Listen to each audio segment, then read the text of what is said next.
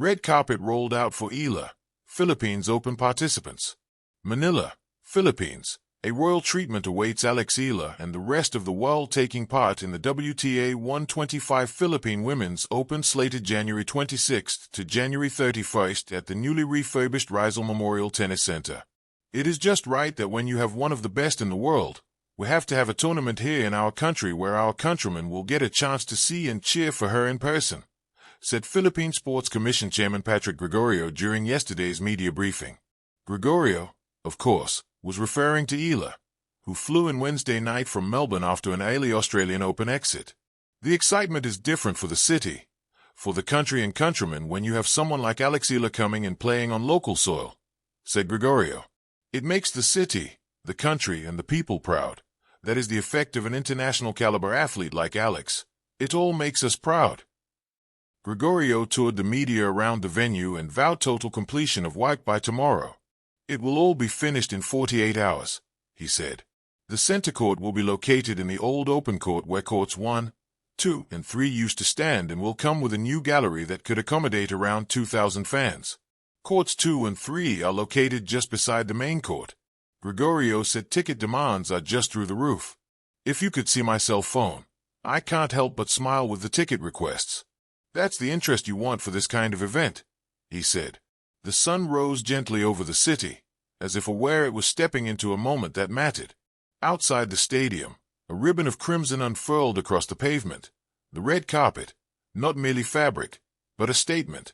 It shimmered softly, catching the early light, waiting for footsteps that carried years of discipline, sacrifice, and quiet belief.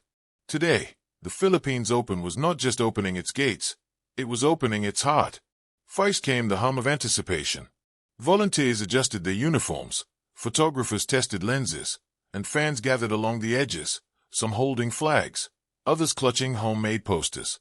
There was a sense that this was more than a sporting event. It was a homecoming, a celebration, and a promise rolled neatly into one. When Eala arrived, the atmosphere shifted. Not with noise at first, but with recognition. Here was someone who carried the Philippines in her stride, not as a burden, but as a rhythm she had learned since childhood. As her foot touched the red carpet, the crowd found its voice. Applause rippled forward like a wave meeting shore, steady and warm. Eala smiled, the kind of smile shaped by long matches and longer journeys. The red carpet beneath her feet did not erase the hard courts she had trained on, the early mornings, the distant tournaments where she stood alone under foreign skies. Instead, it honored them. Each step forward felt like a sentence in a story finally being read aloud at home. Behind her came the rest of the Philippines Open participants, athletes from different places, carrying different dreams, united by the same competitive fire. On the red carpet, rivalries paused.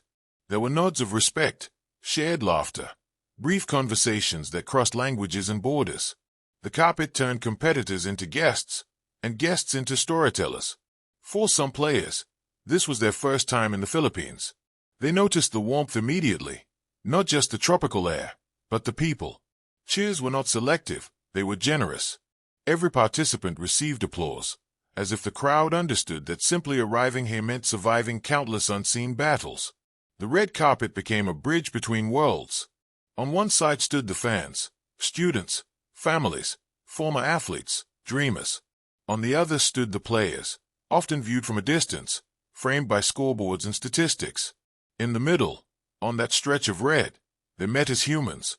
A wave, a bow, a hand over the heart, small gestures that said, "We see you." For Eala, the moment carried extra weight. This was not just another tournament entry. This was the Philippines saying, "Welcome home. We believe." The cheers that followed her were led with pride. Pride in what she had achieved, and in what she represented for young athletes watching from the sidelines, imagining themselves on that same carpet one day. Cameras flashed, but memories burned brighter. Parents lifted children onto their shoulders. A young girl in tennis shoes whispered, "That could be me." Somewhere, a coach nodded quietly, understanding the power of visibility. How seeing one of your own succeed can rewrite the limits of what feels possible. As the procession ended and the players moved toward the courts, the red carpet remained behind, now empty but not silent. It had done its work. It had transformed arrival into ceremony, participation into honor.